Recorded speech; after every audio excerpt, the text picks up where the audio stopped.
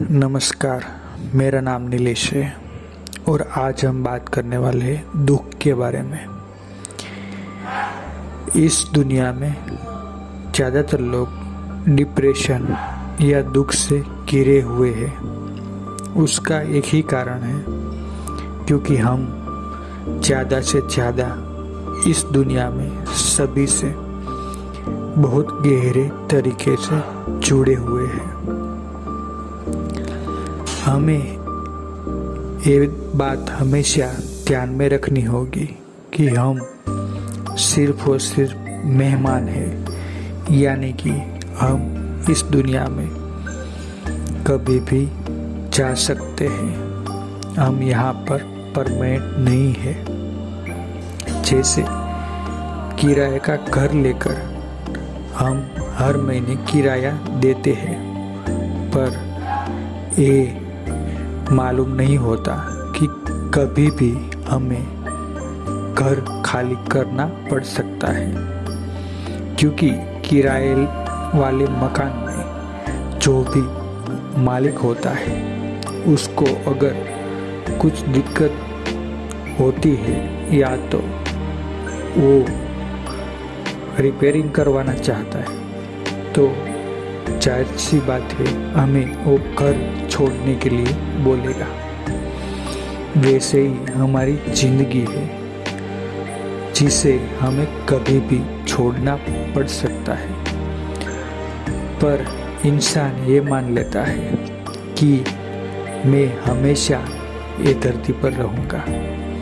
मेरी जॉब, मेरी फैमिली, मेरी पत्नी, मेरे बच्चे, मेरे माँ बाप, मेरे दोस्त, मेरी प्रेमिका, इंसान हमेशा इन रिश्तों में और अपने काम में उलझा रहता है। उसे 1 मिनट यानी कि 60 सेकंड तक भी ये विचार नहीं आता कि मैं यहाँ पे हमेशा रहने वाला नहीं हूँ, तो मैं अपने लिए यानी खुद के लिए सिर्फ 60 सेकंड यानी कि 1 मिनट अपने बारे में भी सोचूं कि मैं कौन हूँ, मेरा लक्ष्य क्या है, मैं यहाँ पर यानी कि इस धरती पर क्यों आया हूँ, मैं यहाँ कब तक हूँ, क्या मेरा कोई लक्ष्य है यहाँ आने का, मेरा स्वरूप क्या है, मेरा असली स्वरूप क्या है। ये सब सवाल क्या आप अपने आप से पूछते हो? सुबह उठकर सिर्फ ये एक सवाल अपने आप से करो कि मैं कौन हूँ और मेरा असली स्वरूप क्या है। तो अगर मैं अपने तरीके से इसका आंसर दूं तो आप ब्रह्मांड की वो शक्ति हो जो इस पूरी कायनात में सबसे शक्तिशाली है।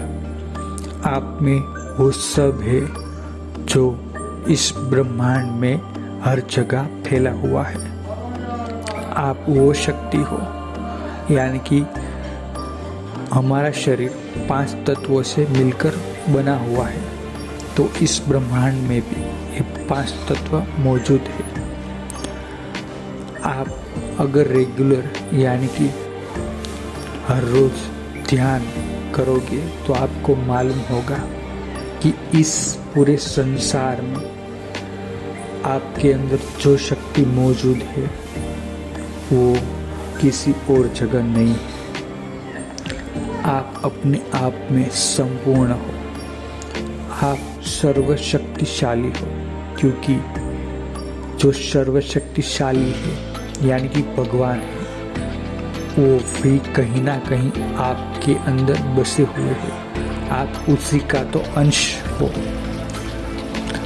भगवान बुद्ध, जिसे आज हम भगवान मानते हैं, वो भी सामान्य इंसान ही थे हमारी तरह, पर उसने अपने आप को जानना उसको ये प्रतीत हुआ कि मैं कौन हूँ, मेरा जीवन का लक्ष्य क्या है, मैं यहाँ क्यों आया हूँ, वो सब इस सवाल के जवाब जानने के लिए भगवान बुद्ध जंगल में गए और पूरी दुनिया यानी कि राजपाट, जो भी धन संपदा और जो भी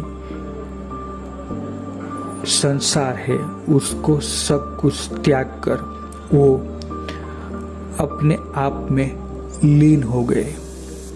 तो मैं आपको ये नहीं बोलना चाहता कि आप भी संसार को त्याग करो, पर एक बुक है, एक किताब है, थिंक लाइक अ मॉन्क, यानी कि सन्यासी की तरह सोचो। तो अगर आपको हमेशा माइंडफुलनेस चाहिए, हमेशा आपको अगर आनंद में जीना है, सुकून से जीना है, टेंशन से मुक्त होना है, तो आपको भी एक मॉन्क यानी कि एक सन्यासी की तरह सोचना होगा। आपको भी ये प्रतीत होना चाहिए कि आप हमेशा यहाँ रहने वाले नहीं हो। आपको कभी ना कभी ये देह छोड़ना होगा। आपको भी कभी ना कहीं ये जो रिश्ते हैं वो सब को छोड़कर जाना होगा। तभी आप ये जान पाओगे कि आप दरअसल किस लक्ष्य को प्राप्त करने के लिए इस धरती पर आए हो। अगर आप हमेशा खुश रहना चाहते हो तो आपको ये भी सोचना होगा कि खुशी या गम यानी कि सुख और दुख दोनों एक चक्र की तरह है, जो आएंगे भी और जाएंगे भी। तो अभी आप बहुत टेंशन में हो, बहुत दुखी हो, तो ये मान के चलो कि बहुत ही जल्द सुख भी आने वाला है। और जब सुख आए तो मन में ये बात भी ख्याल में रखो कि अभी दुख भी आने वाला है, क्योंकि चाहे जितना भी धनवान आदमी क्यों न हो, उसको भी कहीं ना कहीं कोई तो तकलीफ रहती ही है, कोई न कोई दुख तो हमेशा सब इंसान के जीवन में होता ही है। तो आप इस बुक से ये सीखो कि आपको हमेशा एक मॉन्क यानी कि सन्यासी की तरह सोचना है, तभी आप सही मायने में खुश रह पाओगे। ऐसे ही माइंड प्रोग्रामिंग के बारे में वीडियो के लिए मेरे चैनल को सब्सक्राइब करें। और ये वीडियो देखने के लिए आप सभी लोगों का दिल से शुक्रिया अदा करना चाहता हूँ। Thank you so much.